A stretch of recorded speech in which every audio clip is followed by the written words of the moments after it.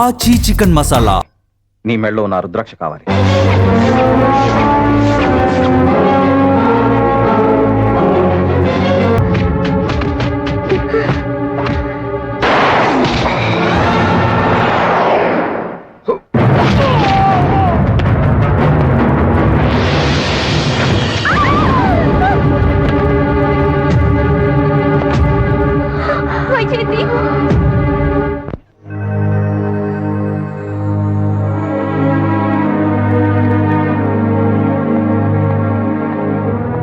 Doctor, I'm sorry, chances are very less.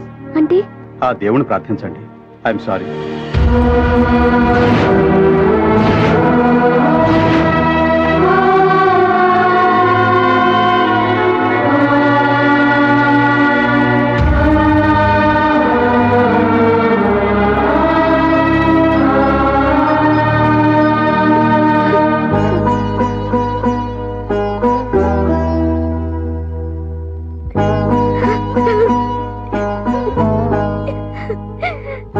Aishwarya, దీనికంతటికి కారణం నేనే.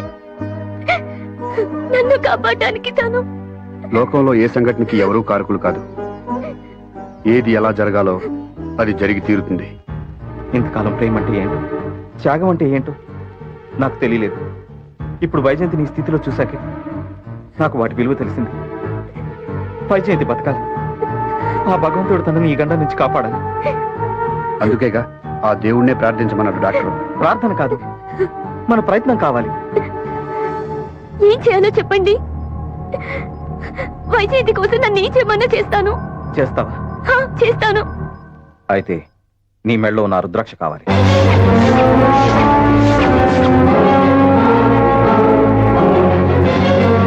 పరమ పవిత్రమైన ఎన్నో శక్తులు నా రుద్రాక్ష. చిన్నప్పటి నుంచి నీకు శ్రీరామ రక్షని మీ ఇంట్లో వాళ్ళు చెప్పారు. దాన్ని ఒకసారి తీసి వైజయంతి మెళ్ళో వేస్తే దాని మహిమ వలన తను కోలుకోగలదేమో. నా వైజయంతి బతకాలి. నువ్వైనా చెప్పు ధర్మ. ఇది వేస్తే వైజయంతి బ్రతుకుతుందా? ప్రయత్నం చేయడంలో తప్పులేదు కదా. ఫలితం లేని ప్రయత్నం చేయటం అనవసరం. చేస్తేనే కదా తెలిసేది ఫలితం ఉందో లేదో అని. అవును, ఈ రుద్రాక్షకి మహిమ ఉండి కూడా నేను ఇప్పుడు ఊరుకుంటే వైజయంతిని నా చేతులతో నేను చంపుకున్నదాన్ని అవుతాను.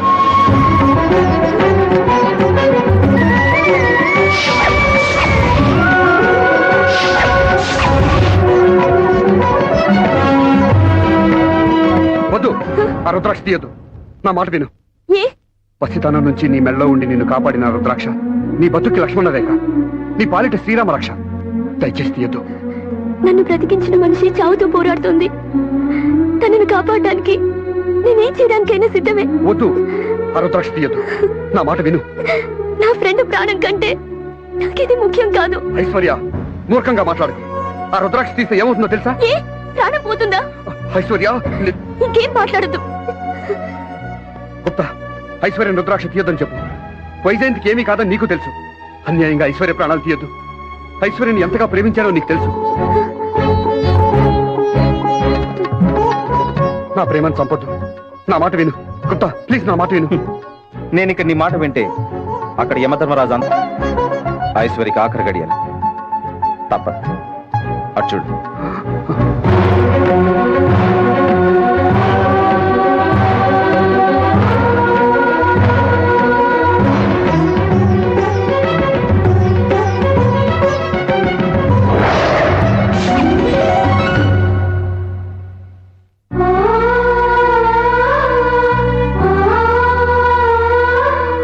మీరంతగా టెన్షన్ పడ్డానికి కారణం మీకు నా మీదున్న ప్రేమ.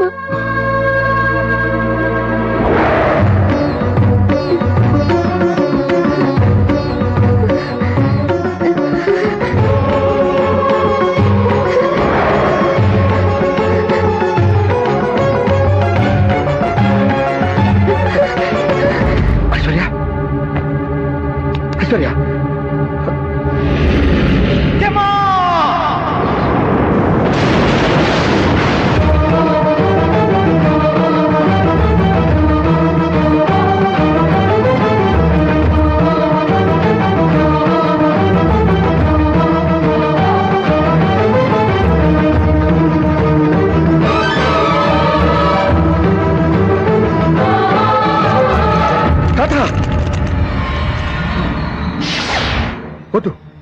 తాత చీమకు కూడా హాని చేయని ఈ అమాయకురాలి ప్రాణం తీయద్దు తాత.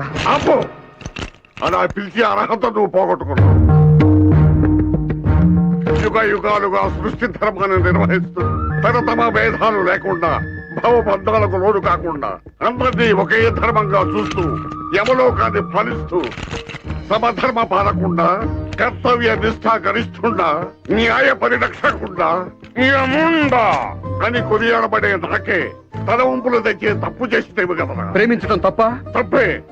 దేవగంధర్వుడైన నీవు ఒక మానవ కన్యను ప్రేమించి పెళ్లి చేసుకోవాలనుకోవడం ముమ్మాటికి తప్పే. తప్పే ఉంది తాతయ్య.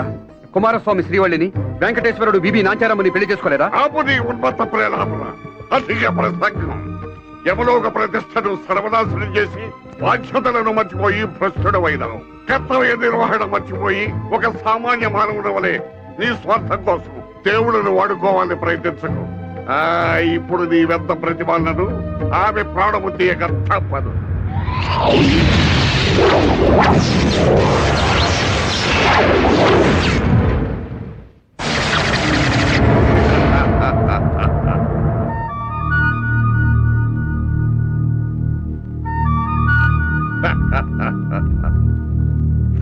మనవుడా బాలగుప్త, బాధ్యతలను విస్మరించిన వాడు యముడైనా ఆప్తుడైనా లెక్క చేయక కర్తవ్యమును నిర్వహించిన నీవు బహు ప్రశంసనీయుడవు.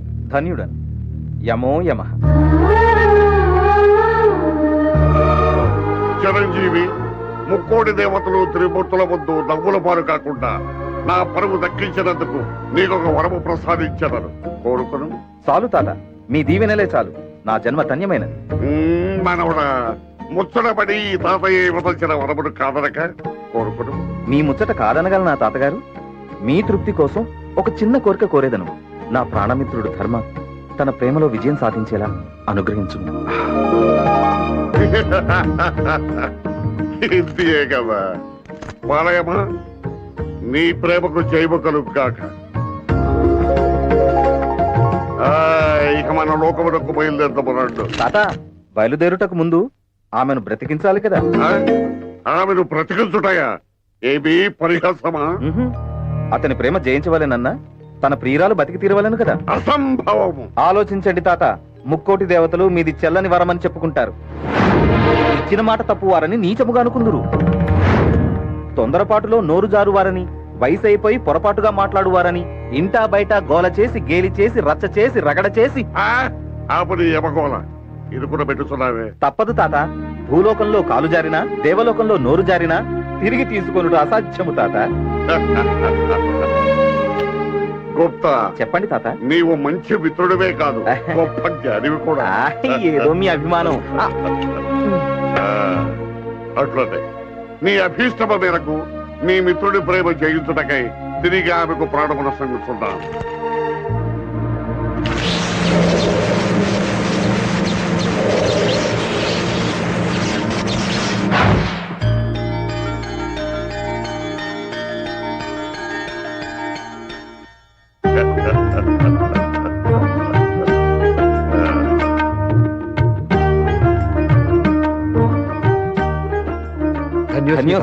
బాలకులారా, మరి మన లోకములకు మీ రాక ఎప్పుడు? చేతిలో ప్రసాదం పెట్టి నోటి కట్టుపడినట్లు ప్రియురాలినిచ్చి ప్రయాణము కమ్మనిన ఎట్లు తాత? మరచితని. మరి నీ సంగతి ఏమి? అదే చేత్తో ఈ ఇరువురిని కూడా ఆశీర్వదించు తాత. ఆహా, మీ స్నేహము చూచుటకు కడుముచ్చటగా ఉన్నది సుమా. మిత్రుడన్న మీరే మిత్రుడు. సరే, మీ ఇరుదండలు వివాహములాడి మీ ఇష్టం వచ్చినంత కాలము ప్రేమ మాధుర్యాన్ని ఆస్వాదించి, అనుభవించి, ఆనందించి, సుఖ సంతోషాలతో మీ సంసారములు సాగించి ఆ తర్వాత ఆనంద డోలికల్లో ఊగుతూ మన లోకమునకు రండి. అప్పుడు నిన్ను పట్టాభిషక్తుని చేసి నా బాధ్యతలన్నీ నీకు అప్పగించి నేను విశ్రాంతి తీసుకునేదా. థ్యాంక్స్ తాత.